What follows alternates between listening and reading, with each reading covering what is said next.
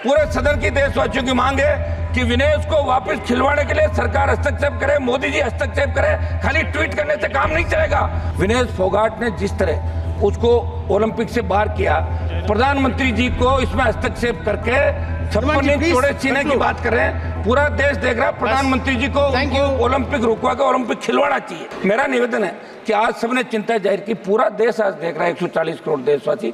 विनेश फोगाट ने जिस तरह उसको ओलंपिक से बाहर किया, प्रधानमंत्री जी को इसमें हस्तक्षेप करके 56 इंच चौड़े सीने की बात कर रहे हैं। पूरा देश देख रहा है, प्रधानमंत्री जी को ओलंपिक रुकवा के ओलंपिक खिलवाना चाहिए। तब ये बात है साहब। एक सेकंड बात तो समाप्त करने दें। सभापति बात समाप्त करने दें। बात समाप्त कर रहा हूँ, बात समाप्त समाप्त कर रहा हूँ साहब। लोगों ने आधा सेकंड फिनिश इट प्लीज। मेरी मांग है, पूरे सदन की देशवासियों की मांग है कि विनेश को वापस खिलवाने के लिए सरकार हस्तक्षेप करे, मोदी जी हस्तक्षेप करे। खाली ट्वीट करने से काम नहीं चलेगा। महोदय, पक्ष विपक्ष के साथियों ने कई बिंदुओं पे अपनी बात कही। वित्त मंत्रालय की कार्यशैली और इसके विभिन्न पहलुओं में कमी पर सदन को गंभीरता से विचार करने की आवश्यकता है।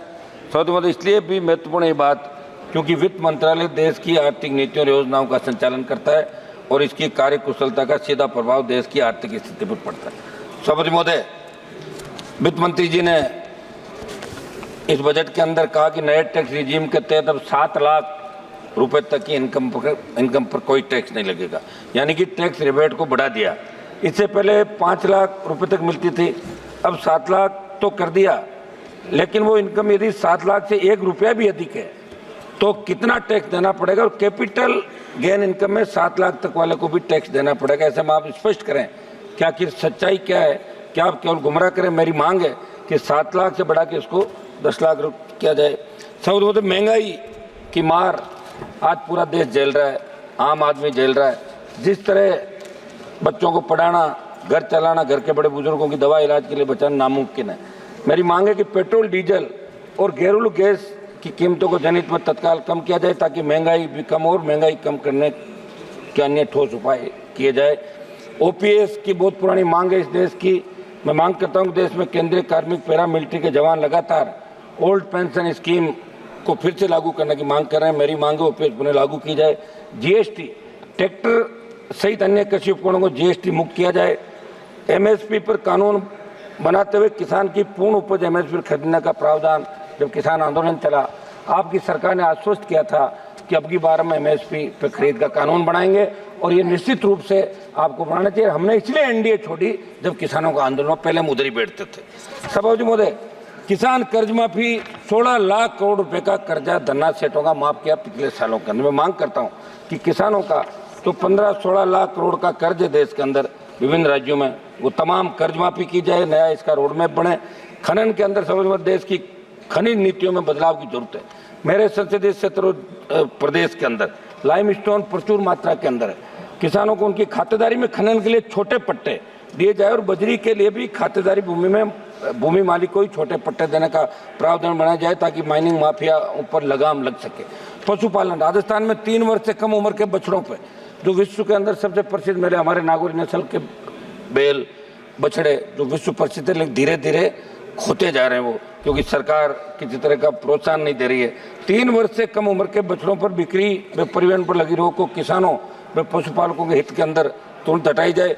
पशुओं में होने वाली वायरस जनित बीमारियों की जांच के लिए राजस्थान में एक राष्ट्रीय स्तर की लैब शुरू की जाए। मेरे संसदीय क्षेत्र नागौर में राष्ट्रीय स्तर का डेयरी अनुसंधान केंद्र स्वीकृत किया जाए। सौद महोदय, स्वास्थ्य को लेकर स्वास्थ्य मंत्रालय की डिमांड पर भी माननीय सदस्यों ने चिंता जाहिर करी थी। देश में स्वास्थ्य सेवाओं को सुदृढ़ करने के लिए जितने बजट की आवश्यकता थी उस आवश्यकता से 73% बजट कम बजट दिया गया। मेरी मांग है इसे बढ़ाते हुए देश में सरकारी और निजी अस्पतालों में इलाज की समान दरों को लागू करने, निजी अस्पतालों की लूट पर लगाम लगाने, सरकार के स्तर से प्रत्येक देशवासी को कम से कम 25 लाख का स्वास्थ्य मुफ्त में कराया जाए। प्रधानमंत्री आयुष्मान जो योजना 5 लाख से बढ़ाकर 25 की जाए। जोधपुर स्थित एम्स में विभिन्न प्रशासनिक पदों पर चयनित लोगों को बिना किसी प्रशासनिक अनुभव के डेपुटेशन पर लगा रखा है। मेरी मांग है ऐसे पदों पर स्थायी नियुक्तियां योग्यता के आधार पर की जाए। पूर्व में निजी कंपनी के सॉफ्टवेयर और सर्वर किराए पर लेकर जो भ्रष्टाचार हम जोधपुर में किया गया उसकी जांच करवाई जाए। नागौर में बन रही सरकारी मेडिकल कॉलेज को शीघ्रता से यूजी को प्रारंभ करने के लिए एनएमसी से मान्यता दिलाई जाए। सौदी महोदय, बिहार और आंध्रा को विशेष पैकेज दिया, उसका हमने स्वागत किया।